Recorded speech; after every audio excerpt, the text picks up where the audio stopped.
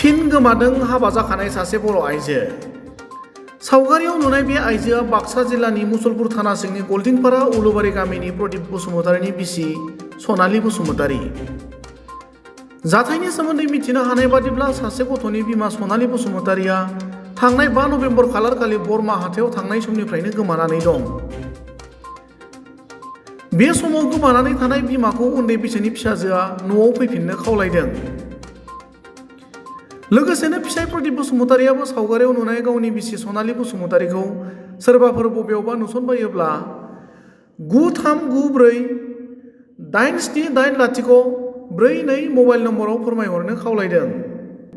आं न'आव फैदो, आं नोंखौ नेबाय थादो, थाया नोङो न'आव फैदो, आं हारसिं जादो, संनो रावबो गैया जोंहा, बाबाल' आंल'सो दं खामानि मावनो थाब फैनो।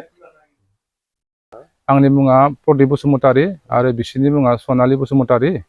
मा जाथाय जादोंमोन? जाथायाथ' दाख्लै नभेम्बर 5 तारिखै मानसिया बरमायाव थांनो होननानै ओंखारलांदोंमोन।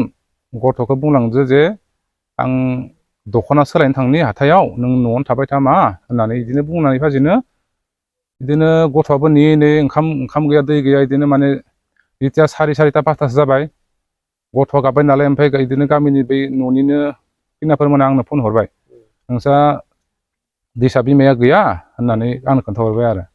बे खोन्थाहरबा आं फन जेला खालामो मबाइला सुइस अफ। बिनिफ्रायनो गैया आं न'सिम माने फैयाखै आरो। बेनिफ्राय आंबो खालि फैखाबाय थादोंमोन अरुणाचलनिफ्राय।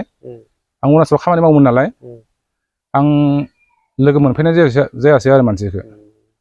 बेनि उनाव माने थानायावबो एजार होबाय, एजार होनानै बिदिनो पुलिसफोरनि खामानिखौबो बिदिनो बेसे आगबारै नेबाय थाबाय, खामानिया एसे साक्सेस जागोन होननानै साननानै। ओमफ्राय नेयै बिदिनो निउस पर्टेलफोरावबो होनाय जायाखैमोन आरो, ओमफ्राय दा होनाय जाबाय। आं दा रायजोफोरनिफ्राय बेखौनो खावलायनो सानो जे दा बे सनालि बसुमतारीखौ जेरावखि थाया मानसिया दा फैनांगौ न'आव। दा नेगासिनो दङ मानसिखौ, माला फैयो माला मायो नेगासिनो दङ मानसिया, दासिमहालागै फैयाखै। सोरबाफोर नुबाय बायोबा बे सावगारियाव होनाय मबाइल नाम्बार दङ, बेयाव खौरां हरबानो जाबाय।